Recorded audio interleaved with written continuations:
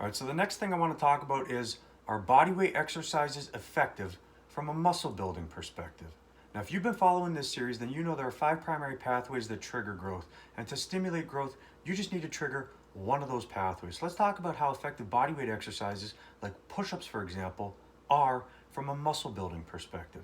Now, if you want to know how effective something is, all you need to do is ask yourself the following questions. Number one, will this activate mTOR and inflict damage, which is triggered by keeping the tension high while the muscles are being lengthened? And since tension is related to the amount of force that needs to be produced, body weight exercises can activate mTOR and inflict damage as long as they're hard for you, so that the tension is high while the muscles are being stretched. Number two, will this fatigue the muscle fibers? Now, muscle fiber fatigue could be achieved by doing pretty much anything as long as you do enough reps. And you can create more fatigue by using the rest, pause, and drop set methods. Although drop sets are not that practical when it comes to body weight exercises, because it requires you adding weight to your body that you can then remove, since you can't really remove your body weight.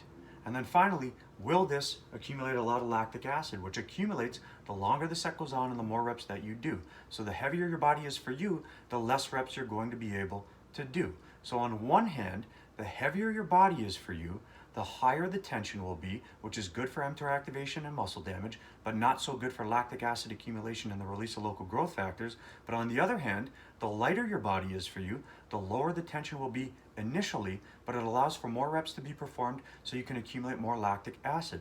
So to answer the question, are body weight exercises effective from a muscle building perspective?